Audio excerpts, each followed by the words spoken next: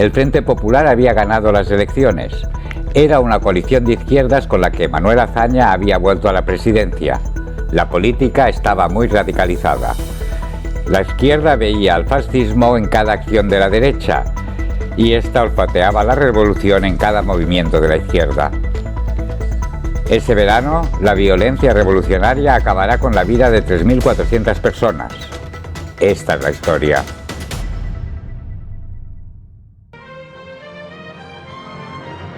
Tras la asignación de Berlín como sede olímpica de 1936, algunos países y organizaciones como la Internacional Deportiva Roja Sport Intern pusieron en marcha una campaña de boicot contra el evento.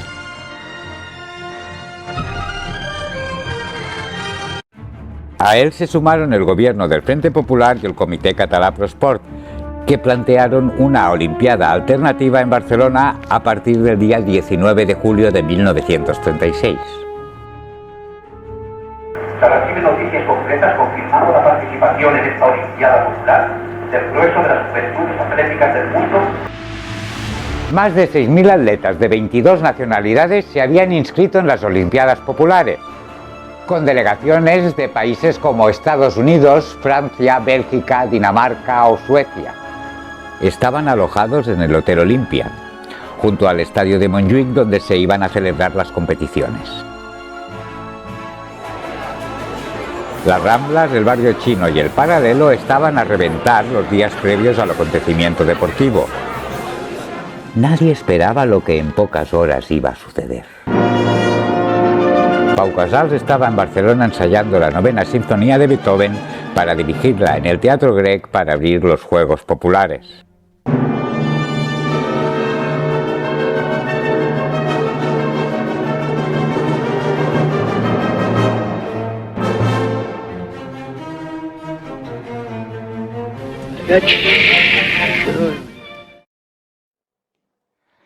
Sin embargo, el 19 de julio no se inauguró la Olimpiada Popular y los atletas participantes se quedaron atrapados en Barcelona.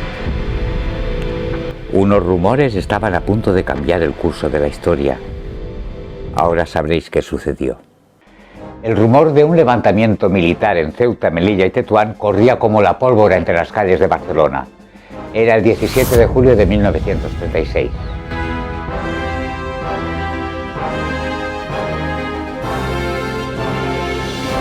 A pesar de que el gobierno estaba al corriente gracias a la interceptación de conversaciones telefónicas, pero no le dio una mayor importancia. No debía de ser más que un nuevo intento aislado de atacar la legalidad.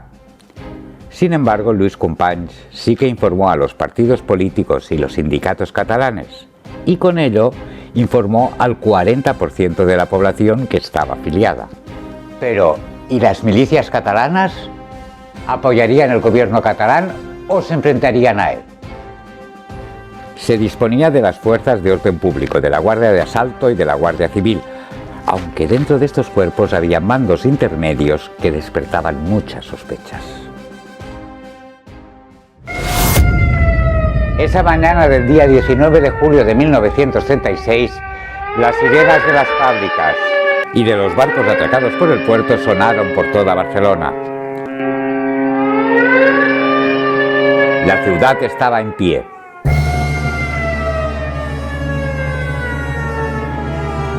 Las tropas de asalto y los Mossos d'Esquadra se situaron en los puntos más estratégicos.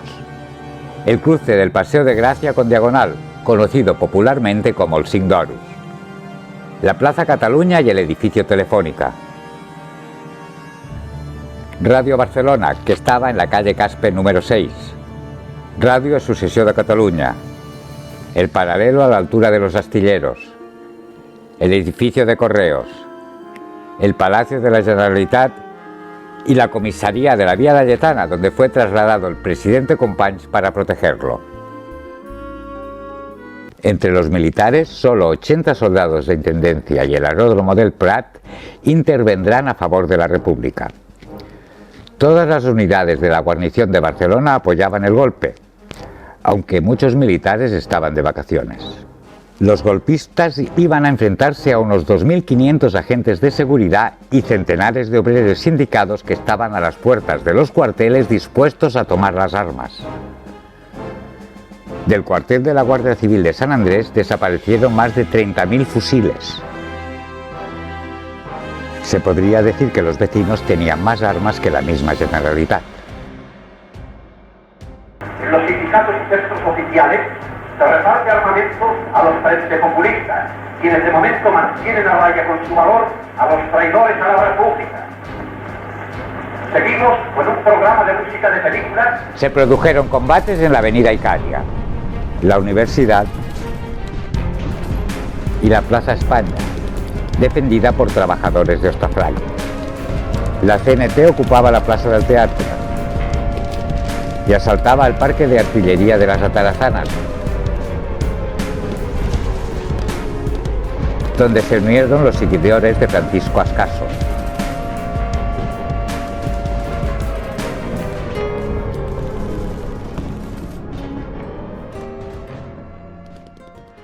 Unos 200 guardias de asalto se habían movilizado por los túneles del metro saliendo en plena Plaza Cataluña. Un movimiento clave para tener la jornada ganada. General Manuel Godet llegaba en hidroavión desde Mallorca para ponerse al mando de los sublevados contra la República. Sin embargo, era detenido a las pocas horas y trasladado a Radio Barcelona para reconocer públicamente la derrota a través de las ondas. Manuel Godet, junto con el resto de los sublevados, fueron llevados al barco prisión Uruguay. El golpe en Cataluña había fracasado. El apoyo a la República de la Guardia Civil fue una de las claves del éxito. Estas liberaban a todos los presos de la cárcel Modelo. El gobierno de la Generalitat no podía recuperar el control de las calles, que de facto lo tenían los obreros armados de la CNT-FAI.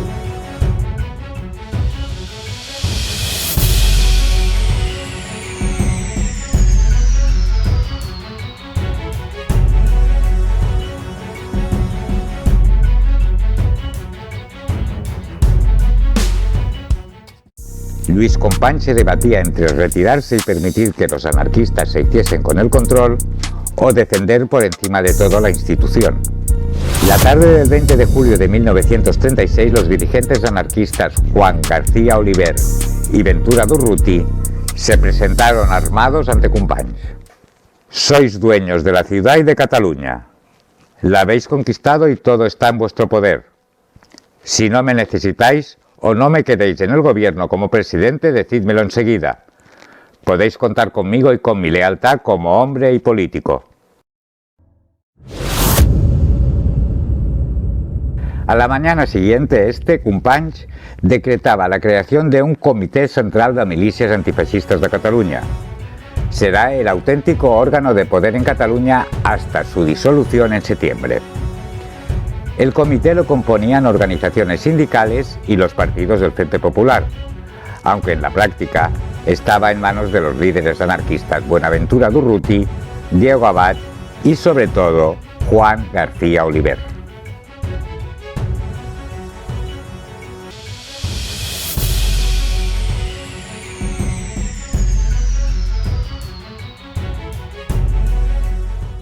La cárcel Modelo volvía a llenarse, ahora de religiosos, militares o periodistas acusados de conspiración. Todo el que no estaba de acuerdo con la visión oficial era tachado de fascista. Los anarquistas desencadenaron una oleada de represión contra todo elemento contrarrevolucionario: los simpatizantes de la Liga Regionalista, la burguesía, los religiosos.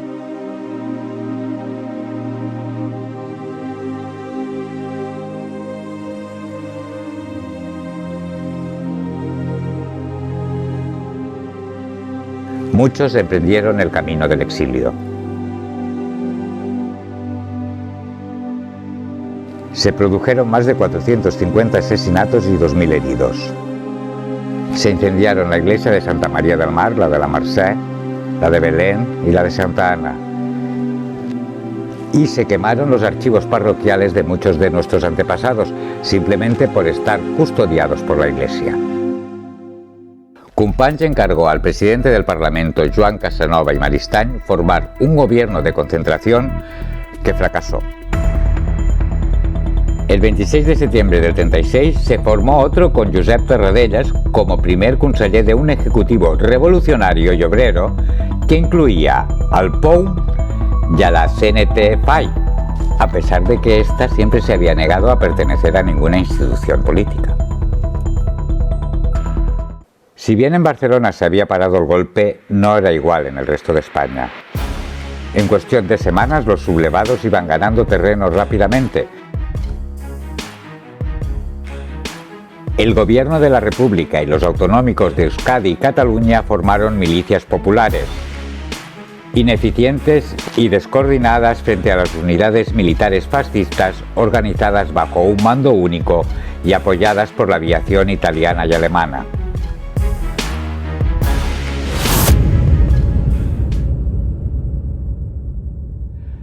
La CNT convocó voluntarios para presentarse en el cruce de Diagonal Paseo de Gracia. Se presentaron 5.000 voluntarios para ir al frente de Aragón a recuperar Zaragoza.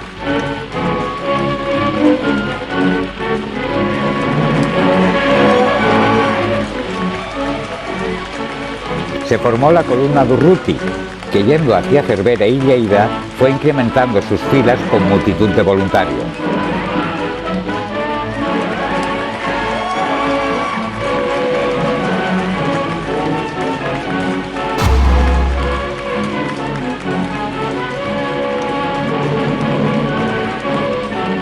En noviembre, algunos de estos milicianos acudieron a la defensa de Madrid. Se crearon diversas columnas: la columna Macià Companys, la columna Hilario, la columna Ascaso, la García Oliver. Muchos atletas que habían llegado para competir en la Olimpiada Popular, al cabo de unos meses se apuntaron a la primera agrupación internacional de combate, la Talman, que se unió a las columnas anarquistas y del POUM para ir a morir al frente de Aragón. Las columnas estaban compuestas de hombres y mujeres.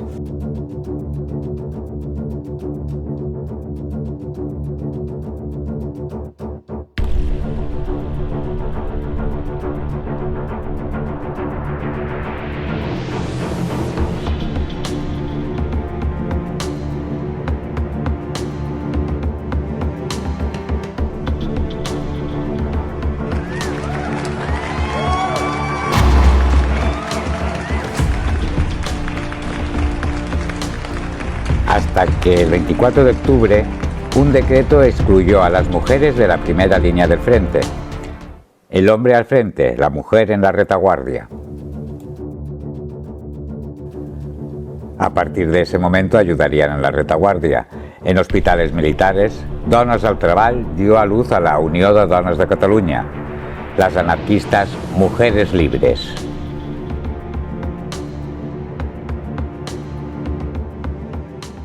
Las milicias estaban apoyadas por la aviación del Prat y la aeronáutica naval. Actuaron autónomamente hasta que el gobierno de la República empezó a organizar aquel caos. Las diversas columnas se dividieron en divisiones de combate. La Generalitat Roja intervino la banca privada. Empezaron las colectivizaciones de las empresas poniéndose en manos de los sindicatos. Algunas de ellas se reconvirtieron en industrias de guerra. Las de colorantes se ocuparon de fabricar explosivos. Las de coches, como la Hispano-Suiza y la Elizalde, fabricaron aviones. Y en los grandes talleres como la Maquinista Terrestre y Marítima y la Nueva Vulcano, se fabricaron tanques, submarinos y armas.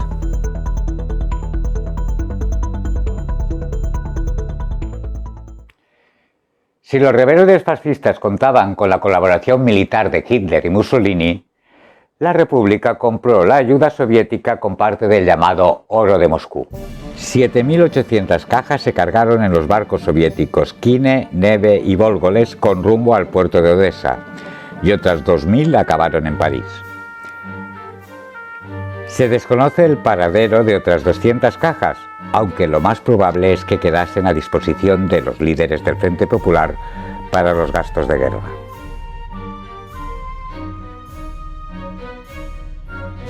El 27 de agosto de 1936, Stalin enviaba a la Embajada de España a Marcel Rosenberg y a Barcelona un nuevo cónsul, Antonov Ovchenko, para controlar desde la sombra la situación y eliminar los elementos trotskistas del panorama político. El 25 de septiembre dimitía Joan Casanova y al día siguiente Josep Tarradellas formaba un nuevo gobierno que integraba 4 consejeros de sindicatos y partidos revolucionarios. Una de las primeras medidas fue suprimir el comité de milicias.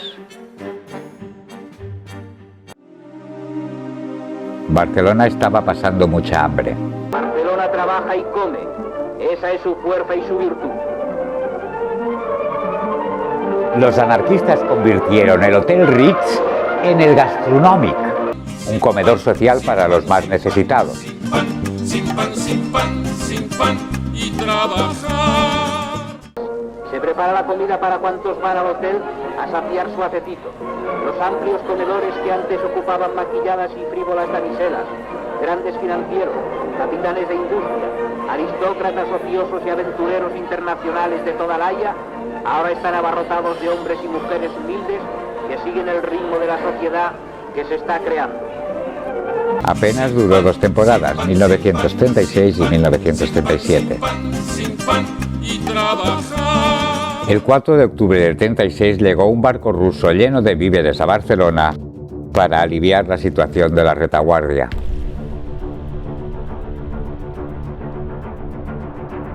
La guerra no había hecho más que empezar. En poco tiempo Barcelona será bombardeada, pero eso es otra historia que os explicamos en otro capítulo.